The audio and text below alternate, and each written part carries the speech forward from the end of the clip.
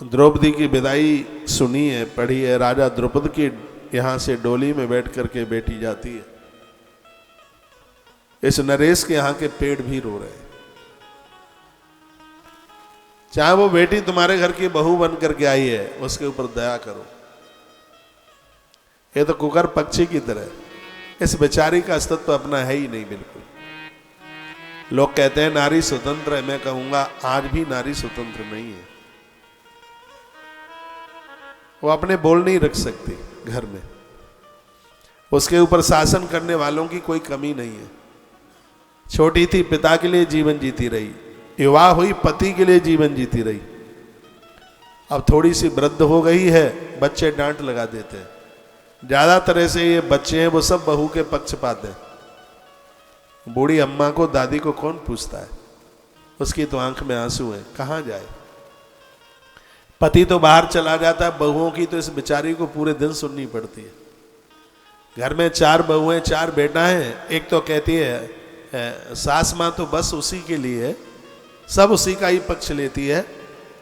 इनका जीवन जीना बड़ा मुश्किल हो रहा है, बहुत मुश्किल। नारी अपना पूरा जीवन परतंत्रता में निकाल देती है। इसको कभी सुख नहीं मिला, कभी उसको सुकून नहीं मिला। जीवन भर इतना करने के बाद भी बाद में उसको बहू और बेटों के द्वारा कुछ उल्टा पुल्टा ही सुनने को मिलता है। उस समय वो टूट जाती है। विधाता ब्रह्मा को कहती है, प्रभु तूने मुझे क्यों बनाया? क्या मेरा गुनाह था जो तूने मुझे स्त्री बना दिया, जिसको जन्म से लेके मृत्यु पर्यंत तक कभी सुख नहीं मिला। उसको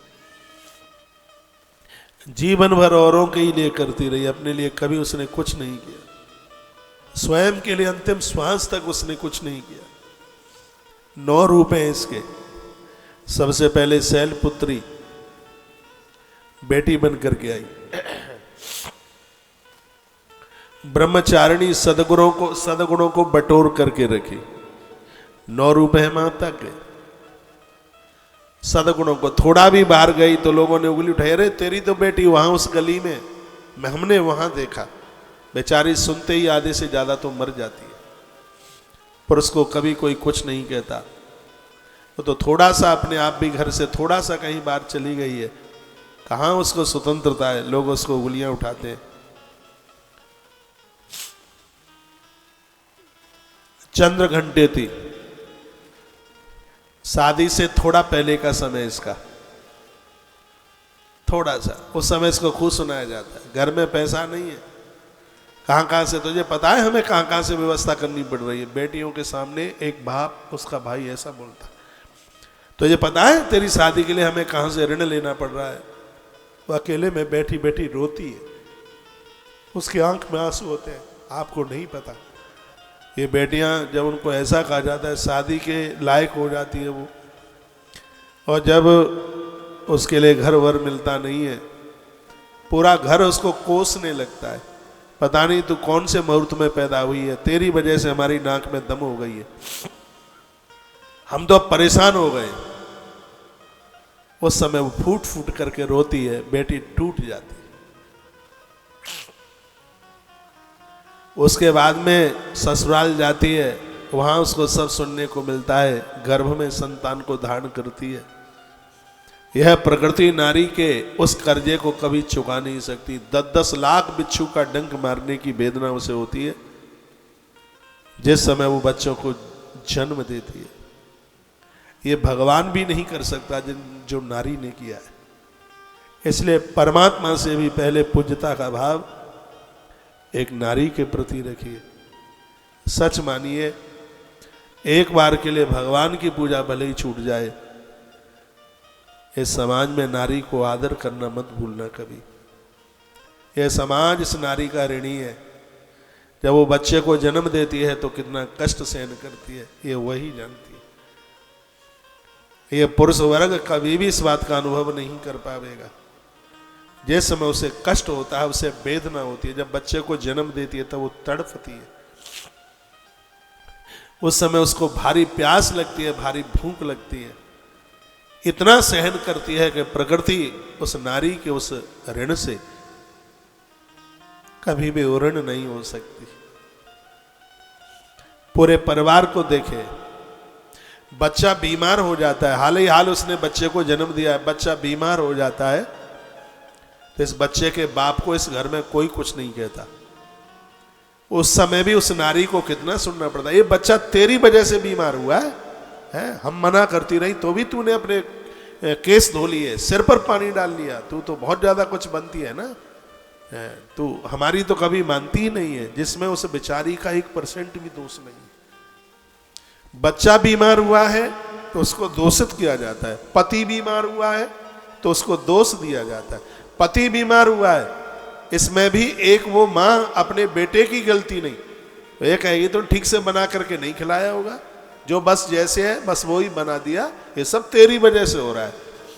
तो 100 बातों की बात, एक नारी जिसको जन्म से लेकर के मृत्यु पर्यंत तक इस समाज की सुनने के अलावा और कुछ भी नहीं। उस बेचारी द्रौपदी का बिल्कुल दोष नहीं था महाभारत में। प्राय लोग यही कहते रहे कि महाभारत द्रौपदी की वजह से हो गया। इतनी सीधी सादी नारी, मैंने महाभारत में उसके पात्रता को पढ़ा, इतनी सीधी, इतनी सरल। अश्वत्थामा को मारने को अर्जुन तैयार हुए तो यही गिड़गिड़ा करके रो रही थी और कहती है कि अश्वत्थामा को मार करके मेरे बच्चे जिंदे नहीं हो जाएंगे, आप इसको छोड़ दो, इसको अब मत मारो। नारी का एक रूप है कालरात्रि। पति बीमार हो जाए, अस्पताल में पहुंच जाए, सब लोग देख दाख करके आ जाते हैं, उसके पास अस्पताल में कोई नहीं रुकता एक पत्नी के अलावा। पत्नी उसकी चारपाई को पकड़ी हुई बैठे रहती है। उसका पति बहुत परेशान होता है, माँ भी चली गई, पिता भी चला गया, भाई लोग सब चले गए। वो रोता है, कहता है कि इन सब लोगों के लिए जिंदगी भर कमा कमा करके देता रहा, आज मैं अपने प्राणों से जूझ रहा हूं, अस्पताल में पड़ा हूं, देखो कोई नहीं रुका, सब चले गए। तब वो रो रो करके कहती है आप चिंता न करो, आप अकेले थोड़े ही हैं, मैं भी तो आपके साथ। पूरा दिन और रात एक कर देती है, वहां बैठी रहती है, चारपाई बिस्तर पकड़ करके बैठी रहती है। एक क्षण के लिए भी अपने आदमी से, अपने पति से वो दूर नहीं जाती। धिक्कार इस समाज के लिए जो समाज ऐसी नारी का अपमान करता है, उसके ऊपर कुठाराघात करता है। बेटियों से ऊंचे स्वर में मत बोलिए, उनके साथ ऐसा पक्षपात मत कीजिए। बेटियां सब समझती हैं, उनको पता है कि भाई के जन्मदिन पर तुम कितने खुश थे, मेरा जन्मदिन कब निकल गया है, आपको तिथि तारीख भी याद नहीं रहती, और प्राय ऐसा ही होता है। और जिस समय बेटी के विवाह लायक बेटी होती है, उस समय तो ऐसा लगता है कि कितने बड़े एहसान लाद रहे हैं आप उसके ऊपर। और मैं निवेदन करूंगा, माता पिता तो इस प्रकृति के ऋण से मुक्त तभी हो पाते हैं जब वो बेटी का कन्यादान कर बैठते हैं। बेटी के कन्यादान के किए बिना तो माता पिता प्रकृति के ऋण से मुक्त नहीं होते।